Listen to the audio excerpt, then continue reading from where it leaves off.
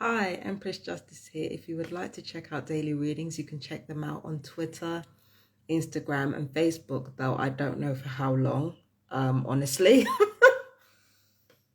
I just I just spoke to Dr. Barrie Trower. You can imagine how nervous I was just before speaking to him, but luckily he's a very friendly, a very kind man. For anybody who needs reminding on who Dr. Barrie Trower is, he's a former Royal Navy microwave weapons expert. He used to work in the Cold War as a spy debriefer for the US intelligence services. He's got a first degree in physics, second degree in research. He has a teaching diploma in human physiology, and he's done a tetra report for the police with regards to the effects of 5G through communications and things like that, and all the illnesses that he predicted a lot of officers are going through now. So it was a really, really big deal for me to be able to talk to him. And some of the notes that I've gotten from my conversation with him is incredibly important for everyone to know. First of all, the effects of our cell phones and our laptops and any form of technology on our brains is way more serious than we might think. Because when I was on the phone to him, he basically said, listen, when you go to court and when you talk about the effects of microwave sickness, first of all, Barry has assured me that when it comes to other parts of my, when it comes to other parts of what I'm going through, he absolutely believes this is going on. Remember, you're talking about somebody who used to work for MI5, MI6. So if I'm telling him about what's happening to me with with electromagnetic frequencies and microwave radiation, you best believe he's going to believe me. He's seen it firsthand. So with that said, me using my cell phone and me using my laptop, there are 10,500 neurological and physical structures in the body. And there are 1 to 700 frequencies that are harmful to those structures. Our cell phones carry it and our laptops carry it. So these things are having a direct effect on our mental capacity. With TIs, these are having an effect on our mental capacity alongside the weaponry, right? So what happens with just 2 minutes of usage of our smartphones and our laptops, our brain is just 2 minutes from using this technology. Our brains are entrained for around about 2 hours. It's not linear, but what that means is our brains will not work properly for 2 hours using just 2 minutes of this smartphone technology. And it can affect our mood, it can affect our appetites, it can affect sexual aggression, and it can also cause us to hallucinate. That's just our cell phone, let alone our laptops or Wi-Fi or anything like that. What Barry told me is the reason why he doesn't doubt that electronic weapons are being used on me is because many countries are using it on many other countries in order to target one another, because it's an invisible weapon. You can't prove it. So many countries are using it on many other countries in order to subdue them. Now, my personal belief, I know Barrie Trower is an expert and he's literally been in MI5, MI6, but I personally believe all of it is domestic, and I believe that it goes back to defense services, not defense services, but defense companies. I believe it goes back to them because they are the ones who are dealing in arms all over the world. So I believe it really does go back to defense systems.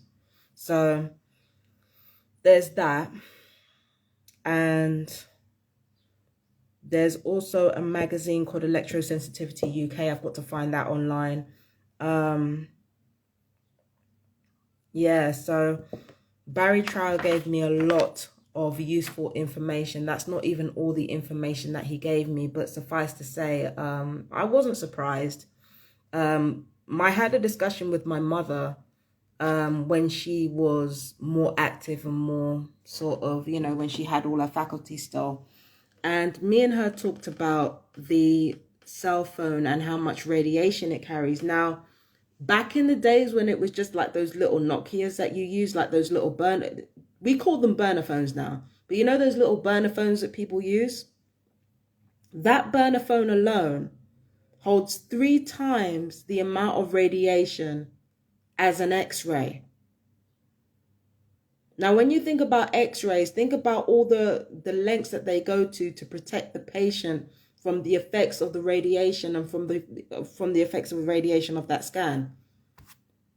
A little burner phone, a little Nokia phone, like from 20 years ago, held 3 times that amount of radiation, 3 times the amount of radiation of an X-ray. So you can only imagine the amount of radiation this sucker is putting out and this sucker right here is putting out. You can only imagine the radiation that this sucker is putting out and this sucker is putting out. You can only imagine the radiation that human beings are being bombarded with now. And I've got Wi-Fi as well. So that adds to it as well. Now, it also makes you incredibly apathetic. Like being online all the time and being, the thing with me is that I found a way to kind of work within it so that I'm not hit with that apathy. But a lot of people who are like me, who are online all the time, they're usually hit with a lot of apathy. They don't want to go out. They don't want to do anything. They're depressed. And you have to think about it. That's just with me using technology. Apparently, whilst I can be attacked, a kid down the road playing their game can have the same effect on me as somebody firing the weapons, apparently, although I have to look at the notes again. So this whole fucking I'm not even going to say it. This whole radiation thing, this non-ionized radiation thing, all of this is real. It is not fake. None of it is fake. And the reason why they are censoring people and stopping people from talking about this is because there is too much money involved in keeping it going.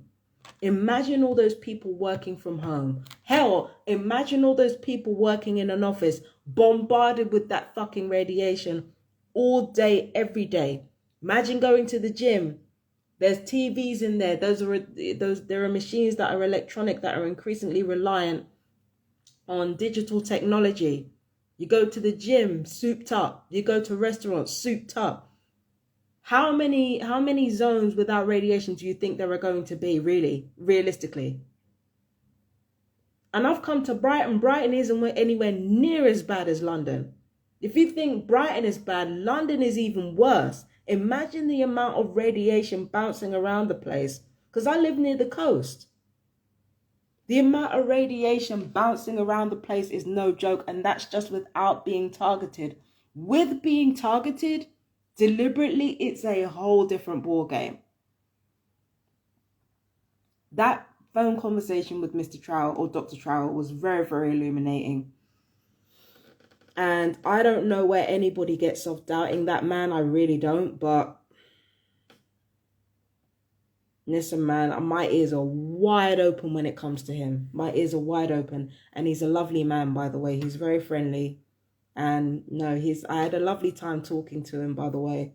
He's a very nice man. And he's obviously very knowledgeable. And he knows exactly what he's talking about. So remember, everything that I'm telling you is not me. It is directly from Dr. Trower.